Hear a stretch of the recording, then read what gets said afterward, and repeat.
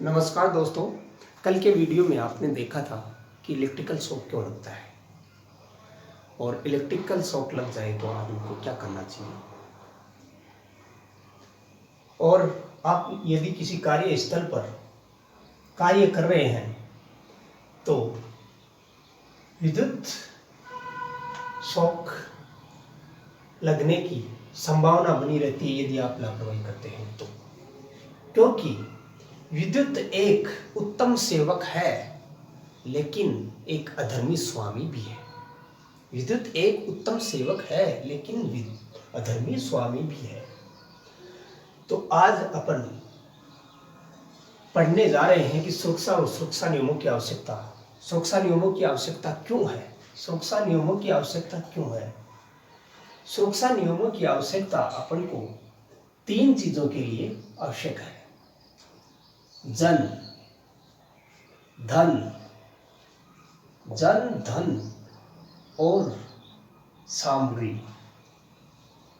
मतलब आप किसी कार्यस्थल पर कार्य कर रहे हैं तो सुरक्षा नियमों का पालन करोगे तो आपको जनहानि होने की संभावना भी नहीं रहेगी, धन की हानि भी नहीं होगी, जन की हानि नहीं होगी। तो और तीसरा सामग्री मतलब जो मटेरियल बन रहा है फैक्ट्री में, वर्कशॉप में, कहीं भी, तो उसमें सामग्री की बचत होगी आपको और उत्तम सामग्री बना पाएंगे, आप बढ़िया मटेरियल बना पाएंगे। तो दोस्तों, सुरक्षा इसलिए बहुत ही आवश्यक और इसके लिए कुछ नियम बनाए गए। कुछ नियम है साधारण सुरक्षा जनरल सेफ्टी रूल्स। साधारण सुरक्षा जनरल सेफ्टी रूल्स, जैसे पहला है स्वयं की सुरक्षा, पर्सनल सेफ्टी।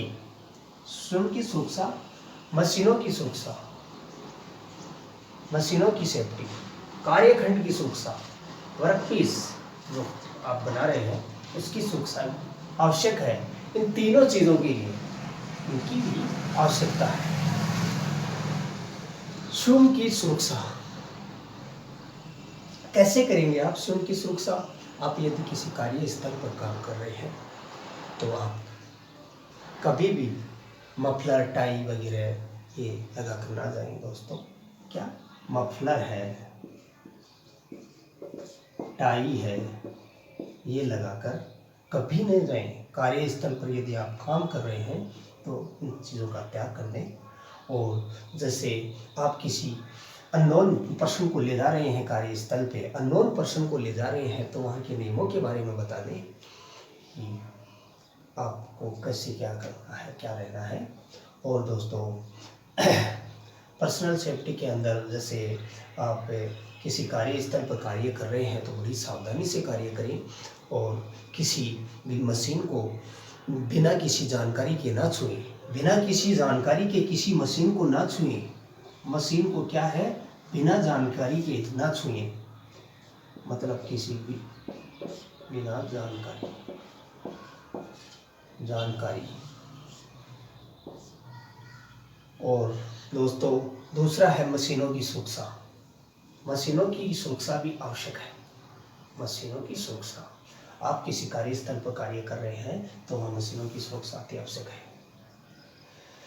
जैसे समय समय पर आप ग्रीसिंग वगैरह, तेल वगैरह ये देते रहें। और यदि किसी मशीन का कोई पार्ट वगैरह ख़राब हो गया है तो उसको टाइमली ठीक करवा लें, क्योंकि आपको जन और धन दोनों की हानि हो सकती है यदि आप किसी मशीन को कोई पार्ट ख़राब पड़ा है और फिर भी आप ठीक नहीं करवा रहे हैं तो दोनों ही नुकसान हो सकते हैं, आपको तीनों नुकसान। और तीसरा है कार्यखंड की सुरक्षा। यदि किसी वर्कशॉप में आप काम कर रहे हैं तो दोस्तों उस कार्यखंड की सुरक्षा मतलब वर्कपीस, जो वर्कपीस तैयार कर रहे हैं उसकी सुरक्षा ज़रूरी है। जैसे आप किसी कार्यखंड को, किसी जॉब को तैयार कर रहे हैं तो आप मशीन में बढ़िया तरीके से क्लैंपिंग कर लेंगे। क्या कर लेंगे? बढ़िया तरीके से क्लैंपिंग कर लेंगे। क्लैंपिंग जिससे कि कार्यखंड अच्छा बन जाएगा, क्लैंपिंग कर ले। और जैसे आप को कई नाप लेने हैं तो जैसे आपको रफ नाप लेना है तो आप स्केल से ले लें, रफ नाप लेना है तो स्केल से ले लें। और यदि आप जैसे सूक्ष्म कोई माप लेना है, सूक्ष्म माप मतलब सूक्ष्म माप लेना है तो आप माइक्रोमीटर और माइक्रोमीटर या फिर कैलीपर का प्रयोग करें, माइक्रोमीटर या कैलीपर का प्रयोग करें, जिससे कि आपके माप में त्रुटि नहीं आएगी। और तीसरा है दोस्तों, जैसे जैसे वर्कशॉप वगैरह होता है तो उसमें सुरक्षा चिन्ह भी होते हैं, सुरक्षा संकेत भी होते हैं, सेफ्टी साइंस जिनको बोलते हैं। ये 4 प्रकार के होते हैं। जैसे निषेधात्मक मतलब प्रोहिबिटिव्स कहीं लिखा हुआ देखा होगा आपने कोई कार्यस्थलों पे। और दूसरा है अनिवार्य, मैंडेटरी। और तीसरा है चेतावनी चिन्ह और चौथा है सूचनात्मक चिन्ह। और दोस्तों मैं आज आपको चारों साइन के बारे में बताऊंगा कि ये साइन किस तरह होते हैं। निषेधात्मक प्रोहिबिटिव्स, ये दोस्तों जैसे गोलाकार होते हैं, ऐसे होते हैं, गोलाकार आकृति में होते हैं। और इनमें ये क्रॉस बार होता है। जैसे इनका ये बॉर्डर होता है वो दोस्तों रेड कलर का होता है। ये जो बॉर्डर होता है वो रेड कलर का होता है, रेड कलर, लाल कलर का, ठीक है। और जैसे ये जो क्रॉस बार बना है वो गुलाबी कलर का होता है और इसकी पृष्ठभूमि है वो सफ़ेद कलर की होती है। ये जो आपका बैकग्राउंड है वो वाइट कलर का होगा, सफ़ेद कलर का। और जो इसमें जैसे साइन बने हुए होते हैं, जैसे आपको कहीं सिगरेट नहीं पीना है तो ये ब्लैक कलर का होता है, ये ब्लैक कलर का होता है, काले कलर का होता है। तो ऐसा होता है निषेधात्मक चिन्ह।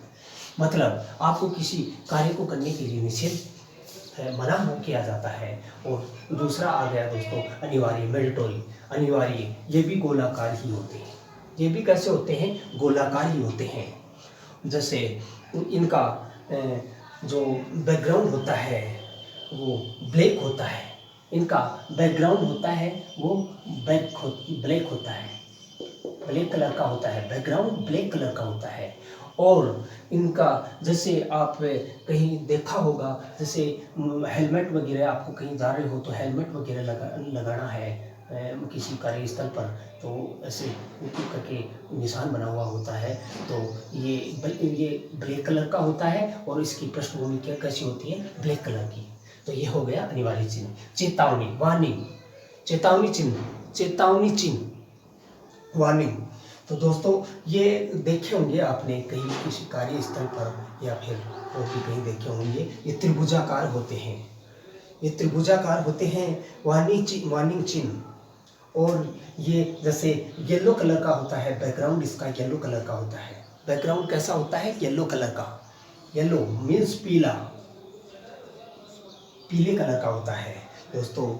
और जैसे इनमें कई जगह जैसे रास्ते बताए हुए होते हैं कि ये रास्ता इधर जाएगा, ये इधर जाएगा। इनका जैसे अपने आरटीओ वगैरह भी यूज करते हैं। तो ये ब्लैक कलर का, ये किस कलर से बने होते हैं? ये चिन्ह तो होता है वो काले कलर से होता है और इनका ये बैकग्राउंड होता है पीले कलर का। ये हो गया चेतावनी चिन्ह। और चौथा है सूचनात्मक, इंफॉर्मेशनल। सूचनात्मक मतलब इंफॉर्मेशनल। तो सूचनात्मक चिन्ह ये दोस्तों वर्गाकार होते हैं, वर्गाकार। और इनकी जो बैकग्राउंड होता है, बैकग्राउंड बना हुआ होता है, जो बैकग्राउंड होता है वो वाइट कलर का होता है, वाइट कलर का होता है। और इसमें जैसे आप देखेंगे तो कहीं देखा होगा प्राथमिक उपचार के लिए या फिर और भी कई चिन्ह बने होते हैं। तो जैसे ये होता है वो वाइट कलर का होता है। और मतलब इसका बैकग्राउंड सफ़ेद कलर का होता है और जो होता है चिन्ह बना हुआ होता है वो वाइट कलर का होता है।